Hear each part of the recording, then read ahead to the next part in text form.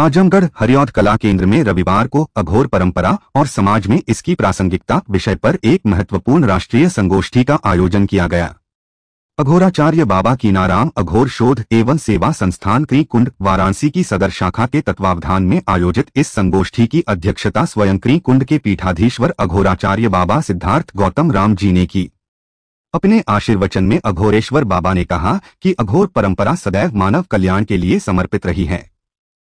उन्होंने सदाचार और प्राणी मात्र से प्रेम को जीवन का उद्देश्य बताते हुए कहा कि अघोर परंपरा और इसके 19 सूत्री कार्यक्रम को अपनाकर समाज और राष्ट्र का उत्थान किया जा सकता है।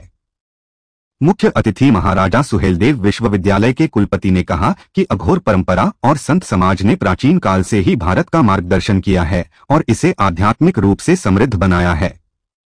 उन्होंने आज के युग में भी अघोर परंपरा जैसी वैचारिक और मानव कल्याण की विचारधारा की आवश्यकता बताई। सारस्वत अतिथि जननायक चंद्रशेखर विश्वविद्यालय बलिया के कुलपति प्रोफेसर संजीव कुमार गुप्ता ने कहा कि भारतीय संस्कृति ने हमेशा विश्व के सामने मानवता और प्रेम का उदाहरण प्रस्तुत किया है और क्री कुंड का भी यही उद्देश्य है। उन्होंने सभी से निष्काम भाव से मानवता के यज्ञ में योगदान करने का आह्वान किया।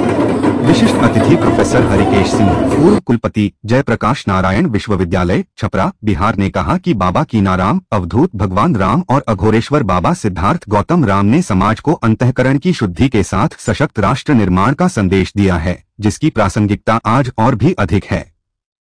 संगोष्ठी का 20 वक्तव्य वरिष्ठ समाजसेवी श्री सूर्यनाथ सिंह ने प्रस्तुत किया, जिसमें उन्होंने 19 सूत्री कार्यक्रम की रूपरेखा रखी।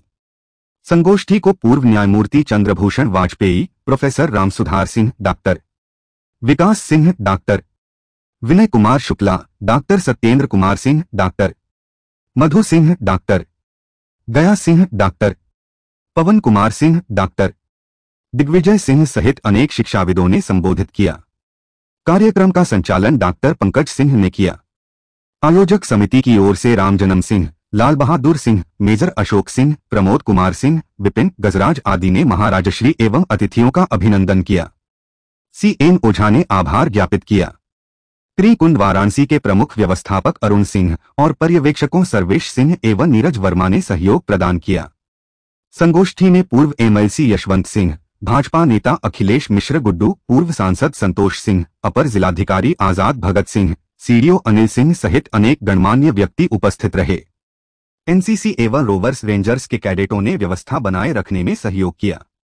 बड़ी संख्या में महिला एवं पुरुष श्रद्धालुओं ने महाराजश्री के दर्शन किए और संगोष्ठी के विचारों को सुना।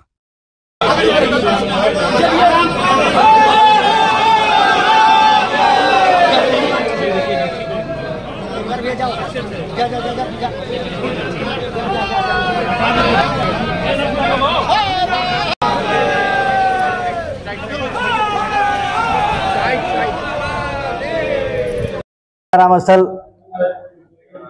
वाराणसी की शाखा आजमगढ़ से आज राष्ट्रीय संगोष्ठी का आयोजन किया गया है अघोर कीनाराम शोध संस्थान द्वारा, क्या कहना चाहिए? आज आजमगढ़ की धरा महाराज श्री के चरणों से धन्य महसूस कर रही है।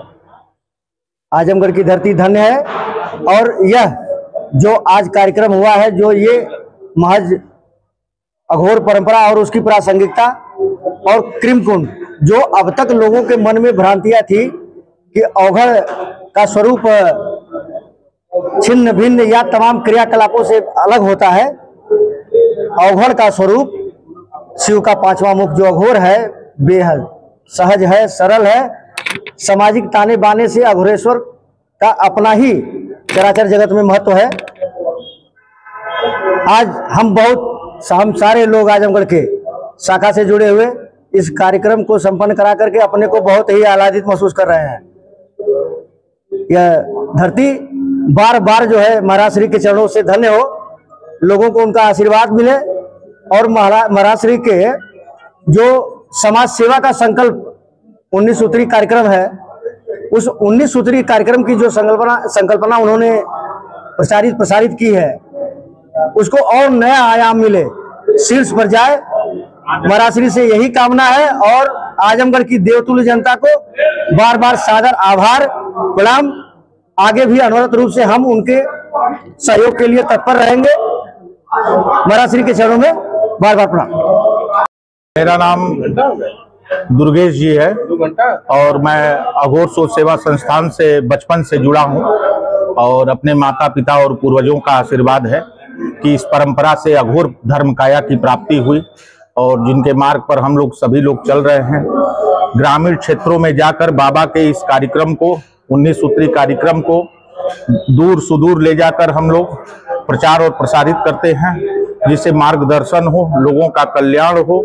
और आज आजमगढ़ की धरती पर जो परम पूज्य पीठाधीश्वर महाराज श्री बाबा कीनाराम जी के द्वारा यह राष्ट्रीय संगोष्ठी आयोजित किया गया है, इसका योगदान समस्त भारत के साथ साथ समस्त विश्व पर पड़ने वाला है और इससे सामान्य मानवीय जीवन को यह ज्ञात होगा कि अघोर पथ और अघोर परंपरा क्या है, इसकी सरलता और सहजता हमारे जीवन में क्या है, इसका उद्देश्य, इसी उद्देश्य को लेकर हम सभी लोग इस कार्यक्रम में उपस्थित हुए हैं। अच्छा, अघोर को ऐसा देखा जाता है, अघोर लोगों से, यहाँ के रहने वाले लोगों से ज्यादा बातचीत नहीं करते। इनके अघोर और उस अघोर में क्या अंतर? नहीं, अघोर एक ही है, अघोर दो नहीं होता है।